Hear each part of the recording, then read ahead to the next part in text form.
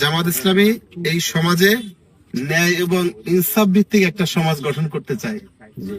ন্যায় এবং ইনসাফ ভিত্তিক যদি সমাজ গঠন হয়, তাহলে সকল মানুষ সমান থাকবে। কেউ কারো উপরে জুলুম করবে না, অন্যায় করবে না, অবিচার করবে না, চাঁদাবাজি করবে না, সম্পদ লুণ্ঠন করবে না। সবাই যে যার মতো সুন্দরভাবে শান্তিপূর্ণভাবে বসবাস করতে পারবে। আর সেই সমাজ গঠন তো জামাত ইসলামের একার পক্ষে সম্ভব না।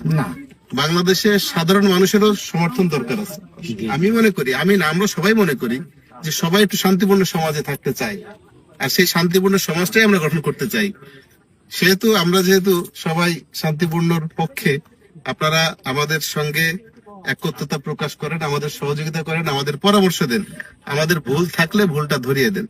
আমরা আপনাদের সাথে নিয়েই সেই শান্তিপূর্ণ সমাজ ব্যবস্থা কায়েম করতে চাই। নারায়ে তাকবীর, নারায়ে তাকবীর, নারায়ে তাকবীর, আল্লাহু আকবার।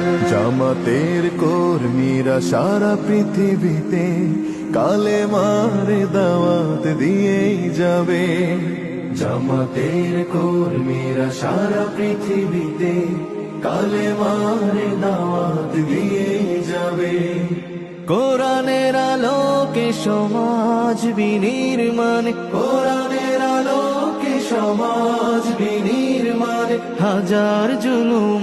লাখ লাখ মানুষের ভিড়ের মধ্যে দাঁড়িয়ে দোষ ধরতে সবাই পারে, কিন্তু উল্টো দিকে দাঁড়িয়ে সত্যের জন্য লড়াই করতে সবাই পারে না। এ দুনিয়া এমন একটা জায়গা যেখানে 1 ইঞ্চি জায়গা কেউ ছেড়ে দেয় না। এখানে নিজের পায়ের তলা মাটি নিজেকেই শক্ত করতে হয়, নিজের স্বপ্ন নিজেকেই পূরণ করতে হয়। আর মনে রাখবেন, স্বপ্ন পূরণ করাটা লক্ষ্য নয়। প্রথম দেখায় মনে হবে এটি কোনো তামিল হিরোর অ্যাকশন সিনেমার এন্ট্রি সিন, কিংবা ব্রিটিশ আর্তুগলের নায়ক আর্তুগাল গাজীর আগমন। কিন্তু না, তিনি কোনো অভিনেতা নন, নেতা। বাংলাদেশ জামায়াতে ইসলামীর বাগেরহাট 2 আসনের মনোনীত প্রার্থী শেখ মঞ্জুরুল হক রাহা। তরুণ এই জামাত নেতাকে আওয়ামী লীগ এতটাই ভয় পেত যে তাকে সবসময়ই জেলের ভিতরেই পড়ে রাখত। 5 আগস্টের আগেও টানা 2 বছর জেলে ছিলেন এই রাহাত।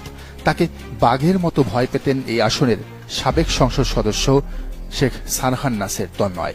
এবার আওয়ামী লীগের তন্ময় তো নেই, তবে বিএনপির জন্য আতঙ্কের